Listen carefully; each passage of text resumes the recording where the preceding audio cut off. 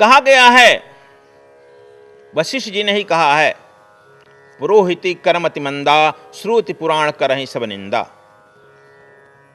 भरत, यह वशिष्ठ जी ही भगवान राम से कहे हैं कि पुरोहिति कर्म अत्यंत मंदा है, श्रुति पुराण सब निंदा करता है। तदप लाग करहूँ रघुराई, इसके बाद भी मैं करते आ रहा हूँ। क्यों करते आ रहा हूँ?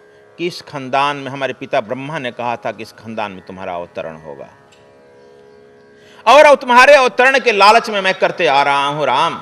यह उत्तर कांड में कहे हैं। वशिष्ठ जी कह रहे हैं भरत जी से, पेद विदित समंत सबहि का, जे पितु दे सोई पावई टीका, करहु राज परिहर गलानी, मानहु मोर बचन हित जानी।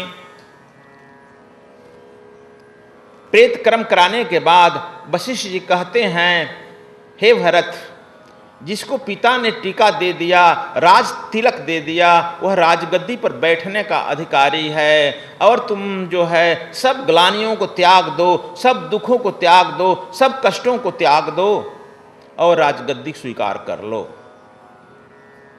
देखो, गुरु सलाह नहीं देता है, इसीलिए पुरोहित और गुरु में अंतर होता है, सदगुरु में अंतर होता है। सदगुरु जो कहता है उसको अच्छा से आपको मानना ही होगा, और नहीं मानने का प्रश्न ही नहीं उत्पन्न होता है। इसलिए गुरु गीता में कहें, गुरु ब्रह्मा गुरु विष्णु गुरुदेव महेश्वर, गुरु साक्षात परम ब्रह्म, तस्मै श्री गुरुवे, वह पार ब्रह्म ही होता है। अब बात तुमको टालने की प्रश्न कहां उत्पन्न होता है?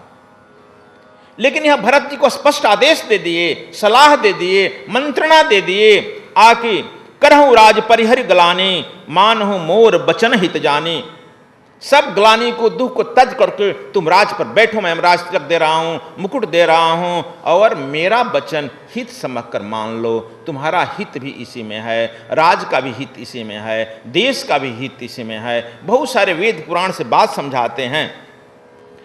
दूसरा बात फिर आगे कहते हैं, पीत सुर पर सी राम बना, करन कवन मोहिराज, यही ते जानहु मोर हित, आपन बड़काज। खटाक जवाब, कठोर जवाब भरत का है। यह भरत ऐसा भक्त ही कठोर जवाब दे सकता है। यहां पर वशिष्ठ जी की बोलती लगभग बंद कर रहा है। यह उम्मीद नहीं किए थे। कहें कि पिता जो है मृत्यु को प्राप्त किया, स्वर्ग को गया, और हम राम और सीता जो हैं जंगल में चले गए, और इन परिस्थितियों में कहते हैं मैं राज करूं। मैं तो नहीं कह रहा हूं, देखो यह तुलसीदास कह रहे हैं। इससे भी कठोर शब्द वाल्मीकि शब्द में प्रयोग किया गया है भरत का। हम लोग किसी बातों पर ध्यान नहीं देते हैं, अपने अपने मन के लायक बात करते हैं। इसलिए तुमको ठीक ठीक इस बात को सोचना चाहिए, यह कितना कठोर बात है एक गुरु के लिए। इसीलिए पुरोहिती क्रम अति मंदा वशिष्ठ जी को कहना पड़ा, कोई माना नहीं बात परिवार में। और यह कह रहे हैं आपन नहीं, यह कहते हैं कि यही से जानहु मोर हित। कहते मेरा हित कह रहे हैं आप? जरूर आपको कोई अपने मन में होगा अपना काम करवाने का। कोई मंत्री किसी दिखता नहीं है। आज भी स्पेक्ट्रम 2 में पकड़ाया तो हुआ कि कौन कौन मंत्री राजा को बनाया, यह देखा है। जब किसी को कोई मंत्री बनाता है, पद देता है, तो वह अपना हित चाहता है। यहां पर साफ भरत जी ने कहा रहा है कि मेरा हित कर रहे हैं, या तुम कोई हमसे बड़ा काम कराना चाहते हो वशिष्ठ? यह संभव नहीं है। इन परिस्थितियों में मैं किसी काम करने वाला नहीं हूं। स्पष्ट इतना बड़ा प्रत्युत्तर उसी रामायण में है। आगे कहते हैं भरत जी, जाऊ राम पहे आयसु देहु, एक ही अंक मोर ही हित एहु, मोह नृप करे भल आपन चाहूं, सो स्नेह जड़ता बस कहूं। देखो आगे कह दिए, तुम हमको यह सलाह आप दे रहे हैं कि यह मेरा हित है राज लेने में, और जड़ता बस कहीं न कहीं इसमें अपना आप हित खोज रहे हैं, अपना कोई काम हमसे लेना चाहते हैं। सो संभव नहीं है। इतना स्पष्ट भरत इतना कड़क कर बात मां के ही साथ नहीं बोला, आकर यहां पर ही बोल दिया। गुरु, पुरोहित और होम मंत्री, मिनिस्टर, 3-3 पद पर हैं। एक पद देखो वशिष्ठ जी का है, पुरोहित हैं, दूसरा कुल गुरु हैं, तीसरा होम मिनिस्टर है।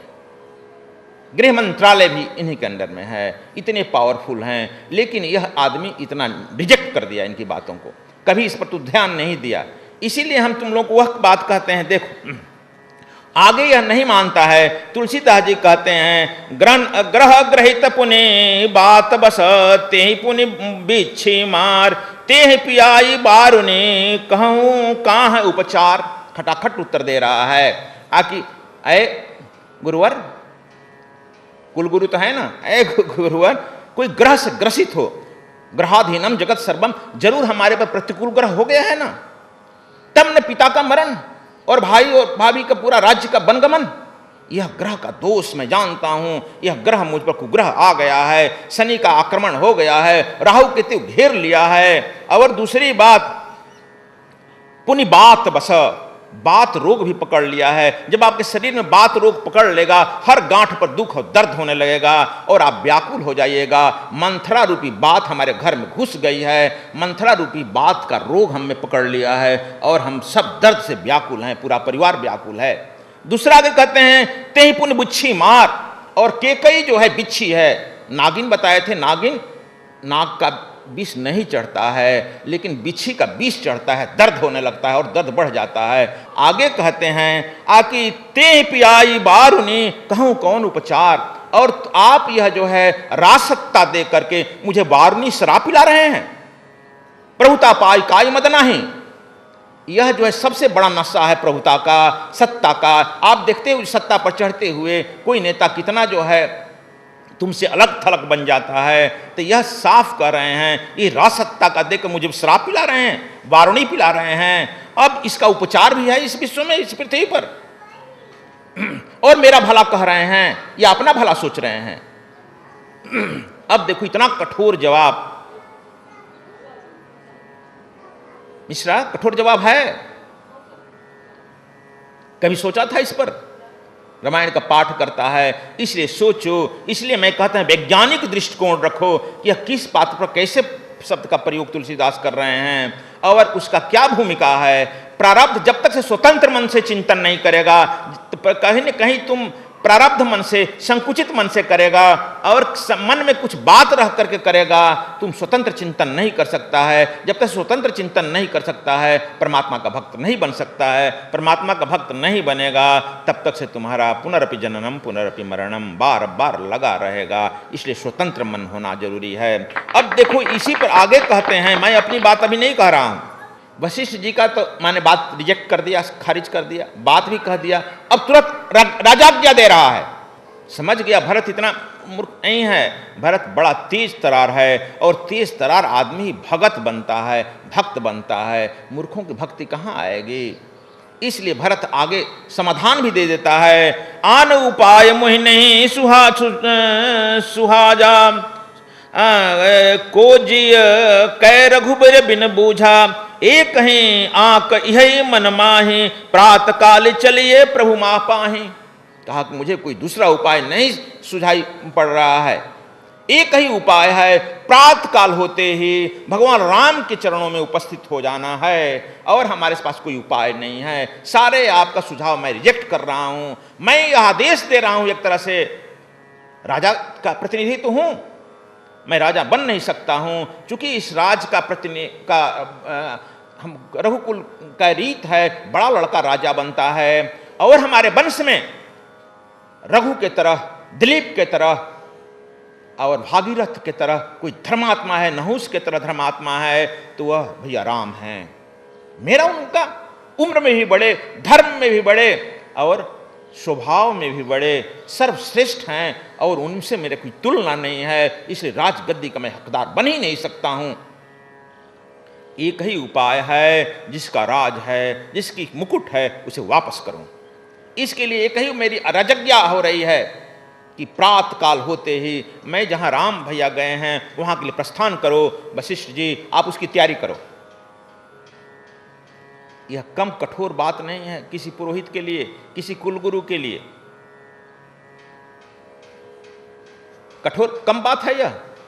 सारी बात काट करके और कह दिया कि हमसे तुम्हारा कोई काम नहीं हो सकता है, प्रस्थान करो।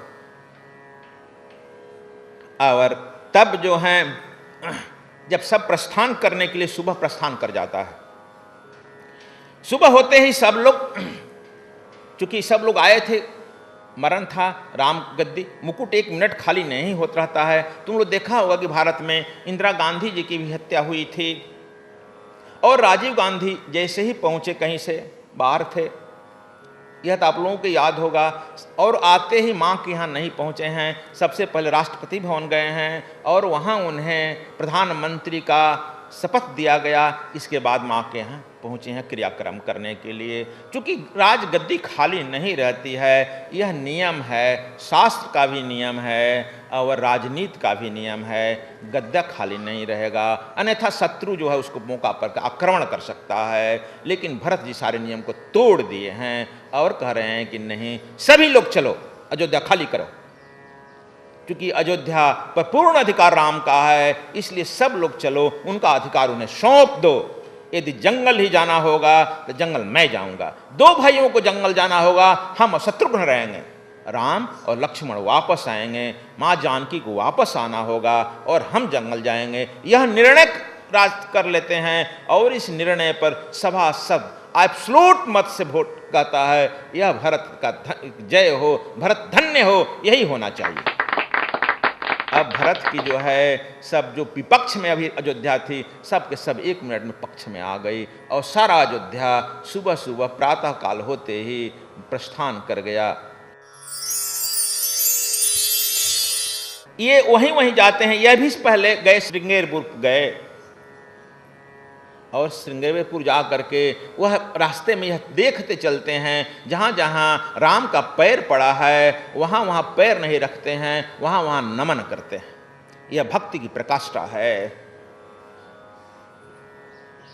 भक्ति की प्रकाष्ठा है। और जब वह श्रृंगेरपुर गए हैं, निखाद राज समझ गया है, देखो जा की रही भावना जैसी, वह समझ गया है भरत राजमत्ता में पागल हो रहा है और शायद राम पर सारी सत्ता लेकर के चतुरांगणी सेना लेकर अटैक कर रहा है। इसलिए अपने यह भी फौजों को जगह जगह छितरा दिया, देखो अवसर पाते ही अटैक कर दो।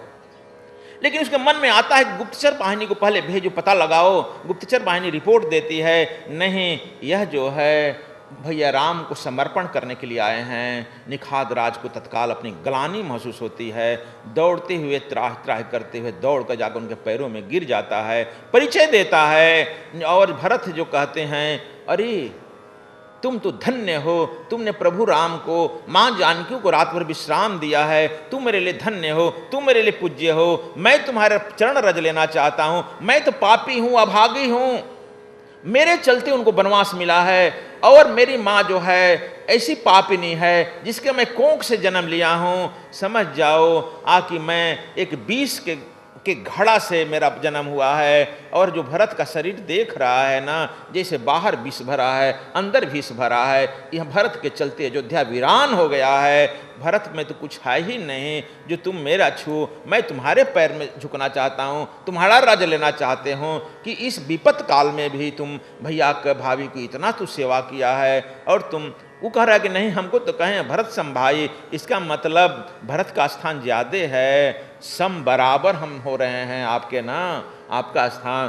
कहा है कि वह तो उनकी बड़प्पन है, भगवान राम का बड़प्पन है, हम में कोई अच्छाई नहीं है, लेकिन उनमें यही बड़प्पन है, किसी में दोष देखते ही नहीं हैं। और हम 20 में भी हम ऊपर नीचे से हलाहल भरे हैं, हम में भी वह अच्छाई दिख रहे हैं, यह उनकी बड़ाई है। लेकिन भैया निखाद राज, मैं तुमसे सत्य बोलूँगा, सत्य के सिवा और कुछ नहीं बोलूँगा। मैं पापी हूँ, इस पृथ्वी पर यदि पापी गिनना शुरू करेगा तो हमसे शायद कोई ज़्यादा पापी नहीं मिलेगा। तभी तो अपना ही परिवार अपने बर्बाद कर लिया, अपने ही भाई अपने ही भाभी को जानते हो। इस भारत के परंपरा में बड़ा भाई हिस्सेदार पटेदार हम लोग नहीं मानते हैं। पिता के मरने के बाद वही हमारे पिता थे और जानकी ही मेरी माँ है, वह भी मेरी छाया सिर से उठ गया। इतना भी पापी कोई देख सकता है इस पृथ्वी पर? देखो यही बड़प्पन है, बड़े लोग अपने में दोष खोजते हैं। कबीर साहब ने एक बात कहा है, जो तन खोजिया अपने मुँह से बुरा मिला न को। समझ गया? बुरा तो मैं भी खोजने चला, कबीर साहब कहते हैं, लेकिन उसके पहले अपने तन में मैं जब देखा तो हमसे कोई बुराई नहीं मिला पृथ्वी पर।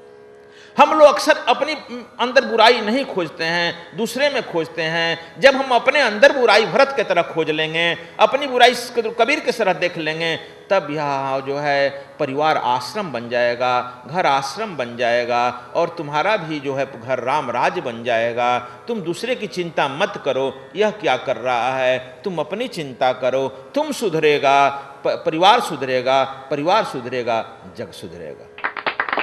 इसलिए अब देखो, ये जब भरत जी भी रात में वही निवास किए, ये भी श्रृंगी ऋषि से मिले, क्योंकि श्रृंगी ऋषि यज्ञ पिता इनके भी तो हुए। और श्रृंगी ऋषि से भी जाकर के इन्होंने अपना दुख कष्ट व्यक्त किया कि ऋषिवर, आप मेरे यज्ञ पिता हैं, आप भी मेरे यज्ञ पिता हैं। भाई अब और भाभी का वनवास हुआ, आपके द्वारा मिले थे, हमको भी कुछ उपदेश दीजिए, आशीर्वाद दीजिए कि मैं उन्हें वापस कर सकूं। इसी श्रेयंक कहते हैं कि तो बड़ा मामला गड़बड़ हुआ। वो जानते थे कि क्या करना है, लेकिन उन्होंने कहा कि भरत, तुम्हारा भक्ति अनुकरणीय है, और जब तक से यह पृथ्वी ये चांद रहेगा तब तक से भरत तुम्हारा नाम रहेगा। मैं यह आशीर्वाद देता। ऋषि श्रृंगी ने आशीर्वाद दिया, और भरत जी भी सुबह उसी तरह से निकले।